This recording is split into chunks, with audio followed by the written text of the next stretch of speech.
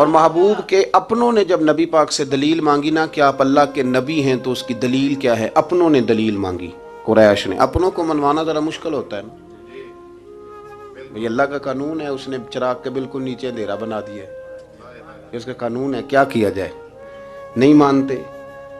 اپنوں کو منوانا، قریبیوں کو، انہوں نے جب، میرے ایک دوست نے مجھ سے کہا کہ ایک نہیں سمجھ آئی کہ جب کوہ صفا پہ حضور نے کہا تھا کہ میں اگر تمہیں کہوں کہ اس طرف دشمن کھڑا ہے تو سارے کہہ رہے تھے ہم آپ کی بات مانیں گے، تو میں نے کہا وہ سرکار کو ماننے کی بات تھی، یہاں بھی بہت سارے لوگ ہیں وہ کہتے ہیں حضرت صاحب آپ کی عزت بڑی کرتے ہیں پر چپ کر جائیں، سیاست کا نام نہ لینا۔ میری بات کی سمجھ آ رہی؟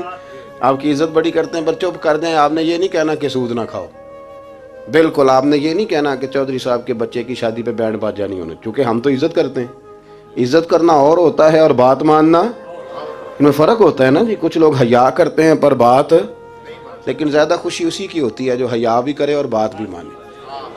تو اپنوں نے جب دلیل مانگی نا کہ آپ اللہ کے رسول ہیں تو اس کی دلیل کیا ہے، تو اللہ کریم نے فرمایا محبوب ان سے فرمائیے فقد لبثت فیکم عمرا من قبلہ، وہ باہر سے تو نہیں نہ آیا، میں نے تمہارے درمیان عمر کا حصہ گزارا ہے، افلا تعقلون، کیا تمہیں عقل نہیں؟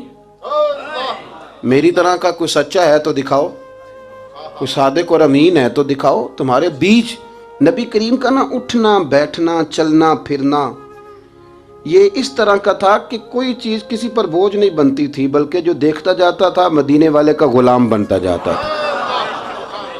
ہم نا آپ یقین کریں کہ اگر نکل آئے نا، آ جائیں سادگی پہ، سادی زندگی بڑی آسان ہوتی ہے، بڑی آسان۔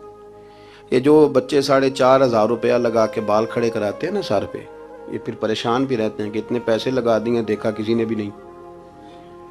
اور جو بزرگ ابھی آیا نا اس نے گھاس کاٹی ہے، بھینسوں کو چارہ ڈالا ہے، کپڑے بس اس نے جلدی سے پہن لیے صحیح استری، اس کو کوئی فکر نہیں، کوئی دیکھے تب بھی ٹھیک ہے، نہ دیکھے تب۔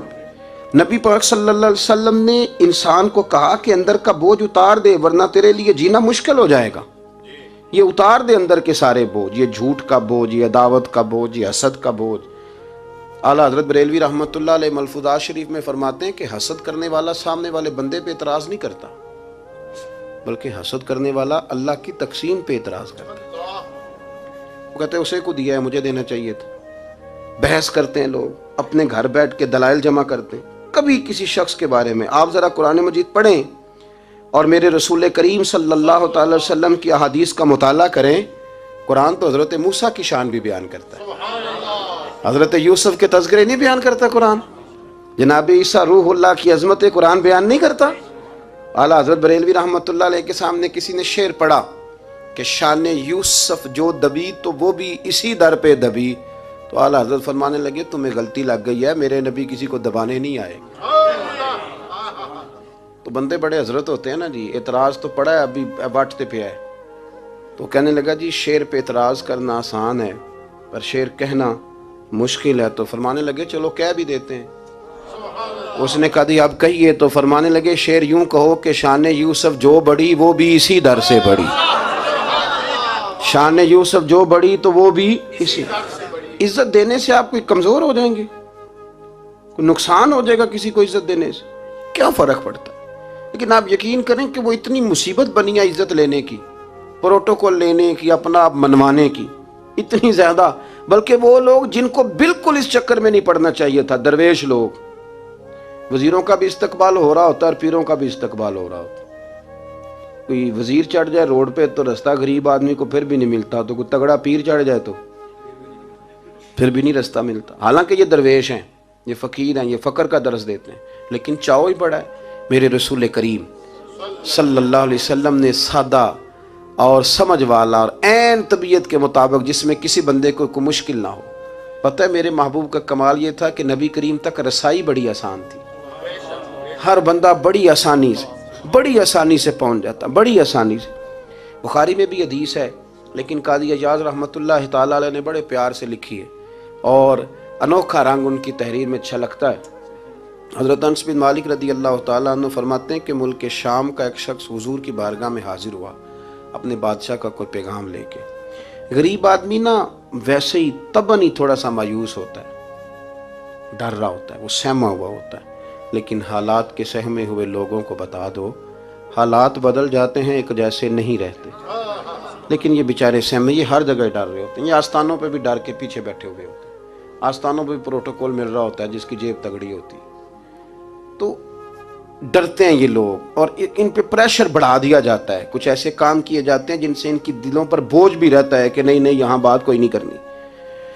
حضرت انس بن مالک رضی اللہ تعالیٰ عنہ فرماتے ہیں جب وہ آیا نا نبی کریم کی بارگاہ میں تو وہ کانپنے لگا.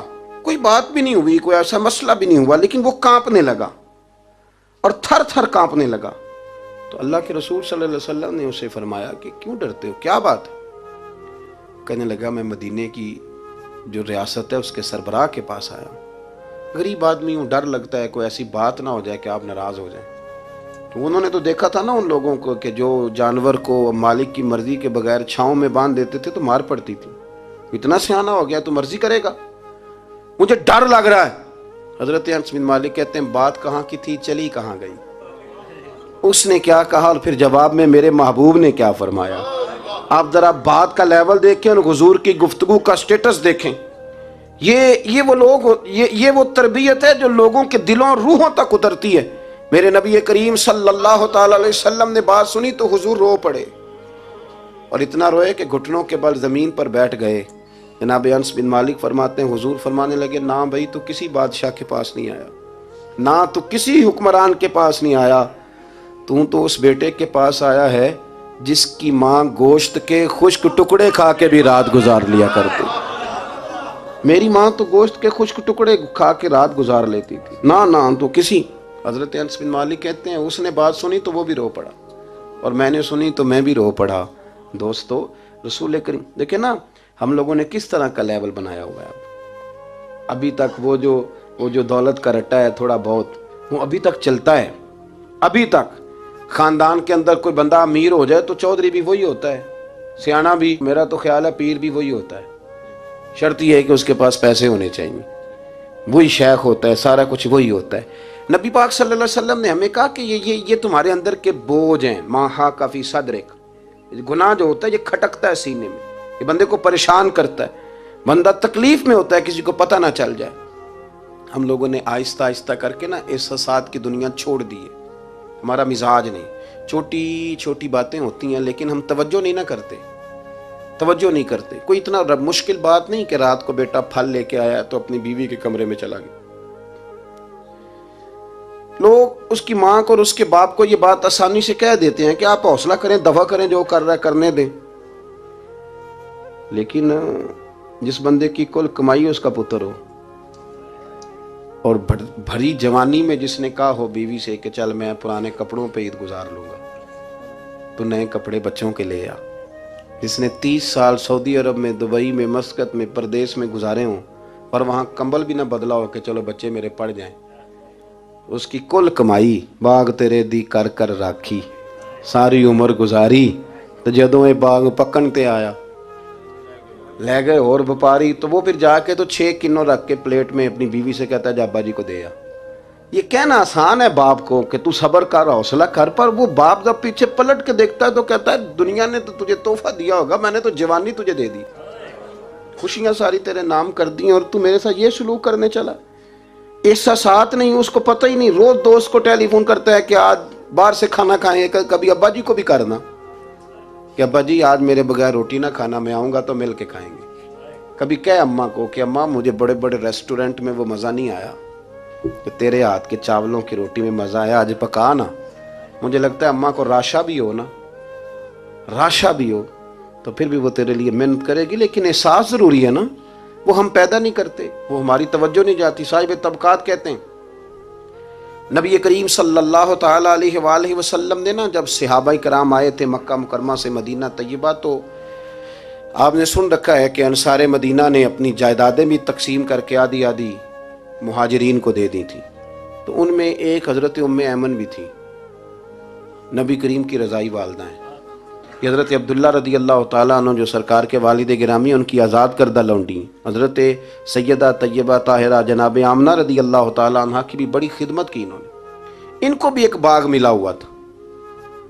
جب وہ خیبر کے علاقے فتح ہو گئے، یہودیوں سے بہت سارے علاقے لے لیے، تو اللہ کے رسول صلی اللہ علیہ وسلم نے فرمایا اب اس طرح کرو کہ یہ جو تم نے جائیدادیں لی ہوئی ہیں نا انصار سے، یہ واپس کر دو اور تمہیں اس میں سے دے دیتے ہیں۔ اور حضور علیہ السلام نے انصار مدینہ سے بھی کہا کہ میں ان کو یہ جائیدادیں دے کے اور تمہاری واپس کرانے لگا ہوں۔ تو انصار نے تو وہاں بھی بڑا انوکھا جواب دیا کہ یا رسول اللہ ہماری والے بھی رہنے دیں اور وہ والے بھی ان کو دے دیں۔ وَيُؤْثِرُونَ عَلَىٰ أَنفُسِهِمْ وَلَوْ كَانَ بِهِمْ خَصَاصَةٌ، یہ بھی ان کو ان کے پاس رہنے دے۔ محبوب نے فرمایا نہیں، میرا فیصلہ یہی ہے۔ حضرت ام ایمن رضی اللہ تعالی عنہ کے حصے میں ایک باغ آیا ہوا تھا، تو محبوب کریم سید عالم صلی اللہ علیہ وسلم نے کہا اماں جی آپ کو کوئی اور باغ دے دیتے ہیں، یہ والا باغ واپس کر دیں۔ سیدھی سادی بی بی تھی، ناز تھا کہ میں نے حضور کی خدمت کی ہے بچپن میں، ناز تھا، کہنے لگی میں تو نہیں واپس کرتی، یہ ناز ہے، ورنہ حضور کو کوئی انکار کر سکتا، میں تو نہیں واپس کرتی۔ حضرت عائشہ صدیقہ رضی اللہ تعالی عنہ فرمانے لگی اماں جی یہ آپ کیا کہہ رہی ہیں؟ حضور فرمانے لگے عائشہ آپ خاموش ہو جائیں، یہ بڑھاپا ہے، اس کے احساسات ہیں، اس کے جذبات ہیں۔ آپ یقین کریں کئی دفعہ بوڑھے بیچارے نا درد سے بات نہیں بتاتے کسی کو، وہ کہتے ہیں کیا کریں، کپڑا اٹھائیں تاکہ پیٹ ننگا ہو جائے، کیسے بات کریں۔ نبی کریم سید عالم علیہ الصلوۃ والسلام اماں جی کے قریب گئے، کہا اماں جی میرے ساتھ چلو ایک دفعہ باغ دیکھ تو لو۔ حضور ساتھ لے کے گئے، ایک باغ دکھایا تو کہنے لگی نہیں نہیں میں نے نہیں لینا، یہ مجھے میرے والا ٹھیک ہے۔ حضور نے پھر دوسرا دکھایا، کہنے لگے یہ بھی نہیں مجھے پسند۔ محبوب نے تیسرا دکھایا تو کہنے لگے یہ تو میرے والے باغ سے بھی پیارا ہے، یہ میں لے لوں گی۔ جب وہ مسکرائیں تو حضرت عائشہ کہتی ہیں میں نے حضور کی آنکھوں میں آنسو دیکھے، فرمایا الحمدللہ اس کا دل نہ راضی ہو گیا ہے۔ یہ طریقہ ہے میرے عزیز، تھوڑے احساسات تو پیدا کریں، تھوڑے اپنے جذبات۔ کتنی خود غرضی والی زندگی ہے کہ مجھے صرف میرا ہی خیال ہے، اور جو جہاں بیٹھا ہے نا، پتہ ہے ہم پریشان زیادہ کیوں ہیں؟ میں مولوی ہوں تو میں سارا دن یہی تقریریں کرتا ہوں، لوگ مولویوں کی عزت نہیں کرتے، لوگ مولویوں کی عزت نہیں کرتے، تو میں کہتا ہوں چھوڑیں یہ رٹا، عزت مانگنے کی کیا ضرورت؟ اب منت مانگ کے عزت کرانی ہے؟ چھوڑیں، کوئی ضروری ہے؟ میں اس طرح کرتا ہوں کہ میں عزت کرنی شروع کر دیتا ہوں، میں کرتا ہوں نا 15-20 علماء کی عزت، چلو ہم آپس میں شروع کر لیتے ہیں، تو خود بخود باقی بھی مسئلہ ٹھیک ہو جائے۔ بوڑھے لوگ ہر وقت شکایت کرتے ہیں عزت نہیں کی جاتی، عزت کیوں آپ بھیک مانگتے ہیں؟ کیا ضرورت؟ پیار دینا شروع کریں، روز بروز مطالبہ کرنا کہ میری خدمت کرو، میرے پیچھے چلو، اس سے تو دقت پیدا ہوتی، انسان تکلیف میں رہتا ہے۔ میرے رسول کریم علیہ السلام خیال رکھتے، چھوٹے چھوٹے بچوں کے جذبات کا بھی خیال کرتے، بوڑھوں کے جذبات کا بھی خیال کرتے۔ نبی کریم صلی اللہ علیہ وسلم ہر شخص کے بارے میں ایسا نظریہ رکھتے کہ جس سے قوم کو سکون ہوتا، دلوں کے اندر اطمینان پیدا ہوتا۔